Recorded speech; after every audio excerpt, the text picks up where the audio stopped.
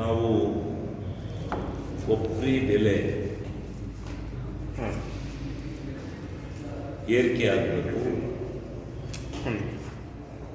ಬೆಂಬಲ ಬೆಲೆ ಹೆಚ್ಚಿಗೆ ಆಗಬೇಕು ಮತ್ತು ಅತಿ ತುರ್ತಾಗಿ ಕೊಬ್ಬರಿಯನ್ನು ಖರೀದಿ ಮಾಡ್ತಕ್ಕಂಥ ಕೆಲಸವನ್ನು ಮಾಡಬೇಕು ಅಂತಕ್ಕಂಥ ದೃಷ್ಟಿಯಿಂದ ಸದನದ ಹೊರಗೆ ಮತ್ತು ಒಳಗೆ ಕೇಂದ್ರ ಸರ್ಕಾರಕ್ಕೂ ಹೋಗಿ ಒತ್ತಡವನ್ನು ಹೇರಿ ಇವತ್ತು ಕೇಂದ್ರ ಸರ್ಕಾರ ಕೇವಲ 250 ರೂಪಾಯಿಗಳನ್ನು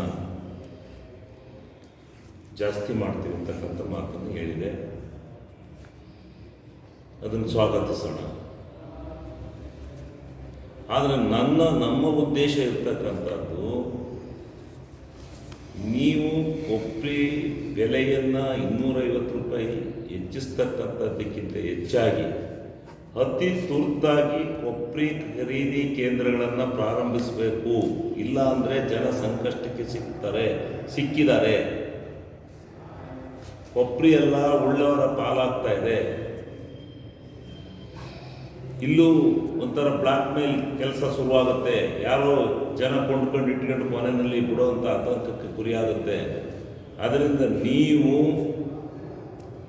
ಅತಿ ತುರ್ತಾಗಿ ಕೊಬ್ಬರಿ ಕೇಂದ್ರವನ್ನು ತೆರೀಬೇಕು. ನೀವು 250 ರೂಪಾಯಿ ಜಾಸ್ತಿ ಮಾಡೋದ್ರಿಂದ ನಾವು ಸ್ವಾಗತ ಮಾಡ್ತೇವೆ. ಆದರೆ ವರ್ಷವಿಡೀ ಕೊಬ್ಬರಿಯನ್ನು ಸೀಸನ್ ಇರ್ತಕ್ಕಂಥ ಇರೋದ್ರಿಂದ ಬೆಳೆ ವರ್ಷವಿಡೀ ಆ ಕೊಬ್ಬರಿಯನ್ನು ಖರೀದಿ ಕೇಂದ್ರನ ಚಾಲ್ತಿಯಲ್ಲಿ ಇಡಬೇಕು ಅಂತಕ್ಕಂಥದ್ದು ನಮ್ಮ ಎರಡನೇ ಬೇಡಿಕೆ. ಈ ಬೇಡಿಕೆಯನ್ನು ದಯಮಾಡಿ ಮಾಡಿಕೊಡ್ಬೇಕು ಅಂತಕ್ಕಂಥದ್ದನ್ನು ನಾನು ವಿನಂತಿ ಮಾಡ್ತೇನೆ. ಮತ್ತು ನಾನು ರೈತರಿಗೆ ವಿನಂತಿ ಮಾಡ್ತಕ್ಕಂಥದ್ದು, ಮುಂದಿನ ತಿಂಗಳು ಕೊಬ್ಬರಿ ಖರೀದಿ ಕೇಂದ್ರ ಪ್ರಾರಂಭಿಸಲೇಬೇಕು. ಇದು ಕಾನೂನು. ಜನವರಿನಲ್ಲಿ ಪ್ರಾರಂಭ ಮಾಡ್ತಾರೆ.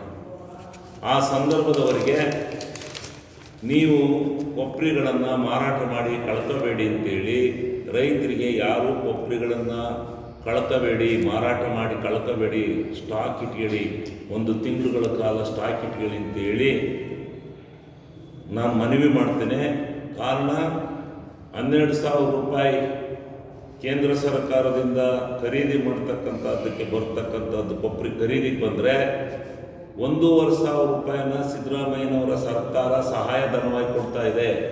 ಅಲ್ಲಿಗೆ ನಿಮಗೆ 13,500 ರೂಪಾಯಿ ದರ ಒಬ್ಬ ರೈತನಿಗೆ 1 ಕ್ವಿಂಟಾಲ್ ಕೊಬ್ಬರಿಗೆ ಸಿಗ್ತಾ ಇದೆ. ಆದ್ದರಿಂದ ಯಾರೂ ಸದ್ಯ ಕೊಬ್ಬರಿಯನ್ನು ಮಾರಾಟ ಮಾಡಿ ಕೈಲಿದ್ದ ಕೊಬ್ಬರಿಯನ್ನು ಮಾಲನ್ನು ಕಳ್ಕೋಬೇಡಿ ಅಂತ ಹೇಳಿ ನಾನು ಕೊಬ್ಬರಿ ಬೆಳೆಗಾರರ ಎಲ್ಲ ರೈತ ಬಾಂಧವರಿಗೆ ನಾನು ಮನವಿಯನ್ನು ಮಾಡ್ತಾ ಇದ್ದೀನಿ.